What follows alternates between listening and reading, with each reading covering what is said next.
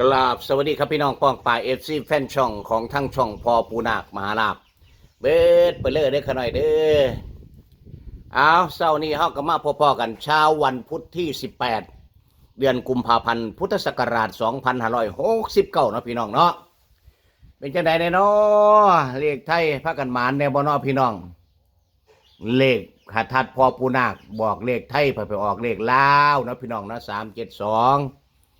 273เอาผู้ใดเอาเลขไทยพอผู้นาคไปซื้อกับผู้นั้นก็ถือว่าเป็นบุญเนาะพี่น้องเนาะ จัดงานวันที่7ออก07พี่น้องเอาสร้างหัวหามันเถาะมันหักมีเข่ามีออกมีหลุดมีขาดมีเกินอยู่หันแล้วเนาะพี่น้องเนาะ37เอาไปว่ากันต่อไปเด้อพี่น้องเด้อสู่กันต่อไปพี่น้องเช่าเข้าทั้งหลายก็ได้มื้อนี้พอผู้นาคก็ได้โอกาสจุดธูปขอองค์พอปูเวศสุวรรณโนของเฮาเนาะพี่น้องเนาะให้เพิ่นโปรดภายให้ลูกให้หลานแน่มื้อนี้ว่ามื้อนี้วันพุธละเด้อีพอก็เลยวางสิลูกเต้าบ่มีเฮ็ดฝันก็บ่ฝันพี่น้องฝันก็บ่ฝันก็เลยบ่มีแนวเฮ็ดเพราะว่ามันเคยเฮ็ดก็เลยได้จุดธูปอธิษฐานเนาะพี่น้องเนาะจุดธูปอธิษฐานขอองค์ปูเวศสุวรรณโนของเฮาให้โชคให้หมานให้พี่ให้น้องเด้อพี่น้องเด้อผู้นาก็ต้องขอกราบขอบพระคุณครับงานไหว้ครู่พันไปโดยราบรื่นโดยได้ดีไม่มีอุปสรรคใดๆนะพี่น้องเนาะขอบพระคุณเจ้าภาพเจ้าศรัทธาต่างๆที่โอนจตุปัจจัยมาซอยเหลืองานพอปูนาคเด้อพี่น้องเด้อปีนี้ผ่านไปปีหน้าพุทธบัดนี้ก็สิแม่นจัดงานอีกทีนึงก็สิแม่นพุทธละก็สิเป็นงาน วันเกิดแม่ครูแล้วก็วันเกิดปูนาคพุทธละกลางๆพุ่นละเอาพี่น้องไปเบิ่งทูบน้ำกันว่าทูบตัวแรกสีลงมาเป็นตัวใดเนาะพี่น้องเนาะเบิ่งว่ามันอยู่ไก่มันสิซุ่มได้บ่พี่น้องเด้อเบิ่งก่อนเอาพี่น้องเบิ่งน้ำกันคักๆซะก่อนเอาเลขตัวแรกลงจอแล้วนะพี่น้องเด้อเลขตัวแรกลงจอแล้วพี่น้องเห็นเป็นเลขตัวใดเนาะเอาตัวแรกลงจอแล้วเด้อพี่น้องเด้อเอาเข้ามาแล้วก็อย่าลืมดึงกำลังแรงแชร์แรงใจพี่น้องกด Subscribe กดไลค์กดแชร์ให้พ่อปูนาคเนี่ยช่องน้อยๆพี่น้องบ่ไปหน้ามาหลังจักเทื่อดอกอยู่นี่ละ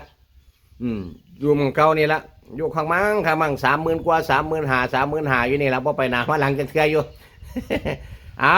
เลขตัวแรกลงจอแล้วนะพี่น้องเด้อเป็นเลข5เนาะพี่น้องนะเอาเป็นเลข5เด้อพี่น้องเด้อเอาเลขตัวแรกพอปูนาคจุดธูปต่อองค์ปู่เวทเฮาลงจอแล้วพี่น้อง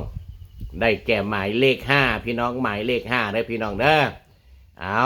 เฮาก็ทำมาล่อรุ่นต่อไปเนาะพี่น้องผู้นาคอัดคลิปหมดแล้วพี่น้องเด้อคันเขาเอาปล่อยไว้ยาวๆเพราะว่าพอผู้นาคบ่มีเวลาว่าสิไล่สดบ่ซั่นก็เลยว่าตัดสินใจว่าอัดคลิปดีกว่าเนาะพี่น้องเอาเลขตัวเลขหาได้พี่น้องเด้อเอาแต่มารุ่นตัวที่2กันต่อไปพี่น้องเห็นหัวคำมั่มลงมาแล้วพี่น้องเห็นหัวคำมั่มลงมาแล้วเด้อพี่น้องเอ้ยอีปอปูเวทเอ้ยดลบันดาลเด้อให้เลขถูกผู้ขาไปแตกเลขแล้วเด้อไปจับไปป้อนมัดไว้ตัวเลขหาแม่นบ่ให้เขาทั้ง3ตัวให้เขา2ตัวก็ยังดีเด้อพอเด้ออันเป็นไปได้ก็ให้เขาทั้ง3ตัวจังๆให้ FC แฟนช่องเฮาได้ยิ้มได้หัวได้นัวได้มวนกันแน่เด้อเอาตัวที่2กำลังลงมาพี่น้องฮะติดตามอีกนิดเดียวพี่น้องเห็นหัวคำมั่มมาแล้วพี่น้องเห็นหัวคำมั่มมาแล้วตาผู้ใดดีเบิ่งซอยพอปูนาคเด้อเป็นเลขตัวใดเนาะอีพอข่อยเอ้ยเอาใกล้สิชัดใกล้สิแจ้งแล้วเด้อพี่น้องเด้อใกล้สิชัดใกล้สิแจ้งแล้วพี่น้องตัวที่2ลงมาแล้วพี่น้องตัวที่2ลงมาแล้วเด้อพี่น้องเด้อเอาอีกจักหน่อยก็แจ้งพี่น้องเห็นชัดแล้วเด้อพี่น้องเด้อตัวที่2เป็นเลข6พี่น้องอย่าลืมมาเลข6กับเลข9นี่เป็นตัวเดียวกันนี่พี่น้องนี่แหละคือข้อสำคัญเพราะฉะนั้นพี่น้องเอาพิจารณาเด้อมันเลขมันมี2ตัวแล้วตอนนี้คือ5 6อาจจะเป็น9ก็ได้5 6 5 9เด้อพี่น้องเด้อตีไว้5 6 5 9ซะก่อนพี่น้องเนาะเลข2ตัวเนี่ย6 5 5 6 9 5 5 9อันตัวเนาะพี่น้องเนาะเอา2ตัวเห็นกันแล้วชัดๆเลยได้พี่น้องเด้อนี่แหละตัวปริศนา ตัวปริศนานี่คือเลข6กับเลข9นี่แหละพี่น้องเพราะฉะนั้นแล้วเห็น2ตัวมาแล้วให้พี่น้องตีไว้ก่อนว่า5 6 6 5 5 9 9 5นะพี่น้องเนาะเอาบัดนี้เฮาก็มาลุ้นต่อตัวที่3ไปนับกันเด้อพี่น้องเด้อตัวที่3ก็คิมมิมมาแล้วพี่น้องตัวที่3คิมมิมมาแล้วเด้อพี่น้องเด้อเอาให้เห็นให้ชัดให้แจ้งซะก่อนเด้ออีพ่ออีแม่เอ้ย เอาให้ชัดๆบ่ชัดจะเขียนให้ลูกให้เต้าแห้งเปลือกแห้งหนาอยู่เอาทำมารุ่นต่อพี่น้องเอาไหลคุ้มมุมไหลคุ้มมุมไหลคุ้มมุมมาแล้วเด้อพี่น้องเด้อไหลคุ้มมุมมาแล้วพี่น้องเห็นชัดเห็นแจ้งกันไปบุ้ยมื้อนี้สเตทฟัดเด้อพี่น้องเด้อมื้อนี้สเตทฟัดพี่น้องมื้อนี้เลขพ่อนาคจุดธูปลาวพัฒนางวดประจำวันพุธที่18 เดือนกุมภาพันธ์2569ได้แก่หมายเลข567พี่น้องระวัง6เป็น9เท่านั้น567 597เอาตีสำนีนะพี่น้องนะ567 597ก็จะเลื่อนเป็น656ก็จะเป็น9559ก็ได้6776ก็จะเป็น9779ก็ได้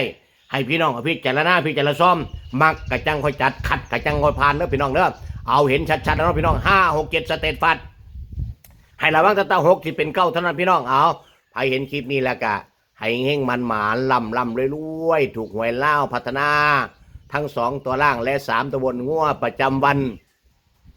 พุธที่18 เดือนกุมภาพันธ์พุทธศักราช2569เบิดไปเลยเด้อครับนายเด้อเอาสบายดี